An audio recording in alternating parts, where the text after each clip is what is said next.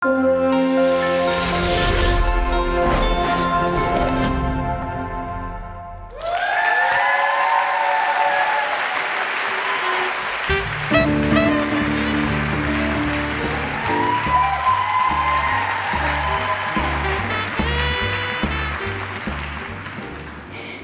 high school, a favorite teacher asked, "What do you want to do with your life?" Without hesitation, I responded that I wanted to work in criminal justice.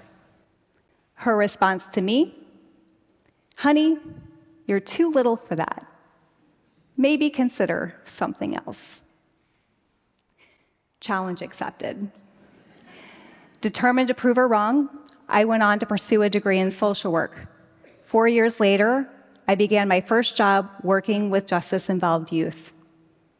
Now, time would tell that my size had nothing to do with my ability, but my lack of understanding working with women did. Casey, one of my first clients, was a 16-year-old girl court-ordered to my program. On my first visit to her home, I arrived to a concrete building surrounded by a 12-foot fence and barbed wire. As I walked through the gate, down the long sidewalk, a sense of unease crept over me. That feeling only intensified when I saw the 2 large Rottweilers charging me just as she pulled me through the door. The uneasiness would continue throughout the course of our relationship. Casey kept me at arm's length. The direct and assertive communication that worked so well with my other clients only seemed to push her away. Unlike the young men that I was used to working with, Casey needed a different approach, one that I didn't understand at the time. Casey eventually went to prison, my first in a long line of female failures. Every young woman I worked with seemed to fall back into the system. Now, I'm not someone who's good at being bad at things, and so I decided to go back for my master's in social work with a concentration in gender-responsive programming in the justice system. Now, at that time, there was limited research in this area. Why? Because 90% of the incarcerated population is made up of men. Subsequently, most of the research and the programming policies and interventions are developed with men in mind. This is a problem. We must understand the unique needs of women if we hope to interrupt that cycle. Women are the fastest growing segment of the incarcerated population, increasing 625% since 1980, twice the rate of men. Unlike men, who are most often incarcerated for violent crime, women are overwhelmingly incarcerated for survival crimes, crimes that are driven by trauma and necessity. So think about a woman who steals to feed her child, or who uses drugs to numb the pain of abuse. In fact, 98% of incarcerated women have experienced trauma, often at the hands of those who should have loved and protected them. I often think about Casey now through the lens of what I know, and I realize that her life was a constant battle for survival. I see her as a girl who grew up in a crime family, who endured ongoing sexual abuse, who lost her mother to a terminal illness just before she gave birth to her own daughter, who heard a child welfare worker say in court, "We'll take her baby, but not her. The baby will be good for stats." Why would I have ever expected her to trust me? Just like so many women in the justice system, she was failed time and time again. For the past several years, I've had the privilege of leading an organization dedicated to supporting women returning to the community from incarceration.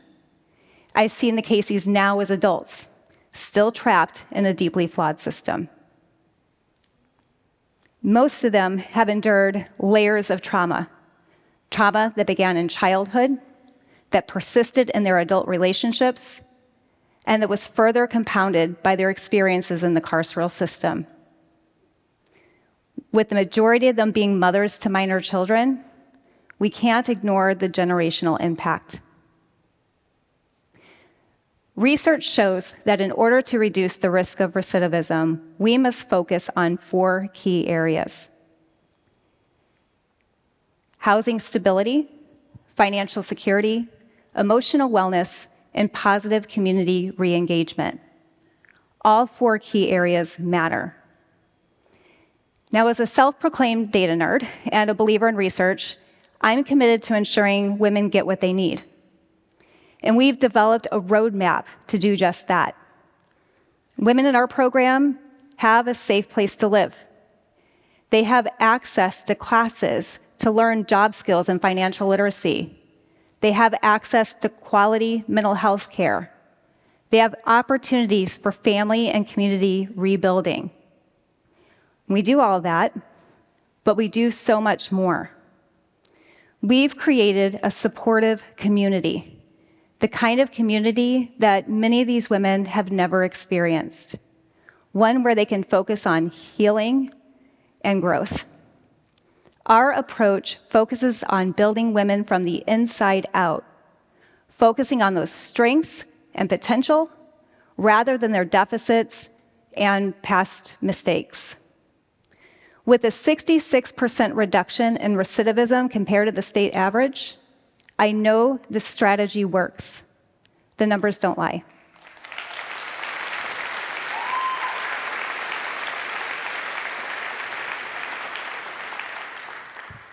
Let me share another story about a woman named Amber whose journey took a bit of a different turn.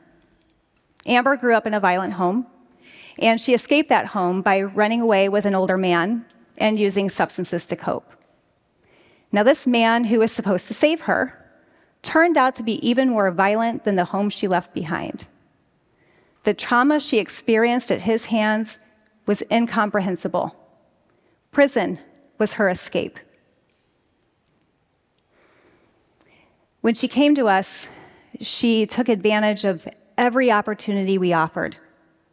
While living in our transitional housing, she took job skills classes, she engaged in therapy and recovery support services, she started saving money for her next steps. Her outcome? She secured a meaningful, livable wage job. She rebuilt her relationships with her siblings and their children. She got her own place. But maybe more importantly, she began her journey of healing. During her last month with us, Amber faced a devastating loss, the death of her father, the kind of event that would have sent her back to using drugs to cope. But this time, after hours of crying, Amber had a realization that she had no desire to use. She sat up and said out loud, "I love myself." She then ran down to her therapist's office, burst through the door, and yelled, "I love myself." When was the last time you told yourself that? Amber's journey was more than just finding a place to live or a job. It was about reclaiming her self-worth. Nearly 8% of the US population has been incarcerated at some point in their lives. 1 in 12 people you encounter has faced the challenges of reentry. These are your daughters, your mothers, your friends, your neighbors, your favorite hairstylist or waitress. They are more than just statistics. They're members of our community, carrying the burden of their past while striving to build a better future.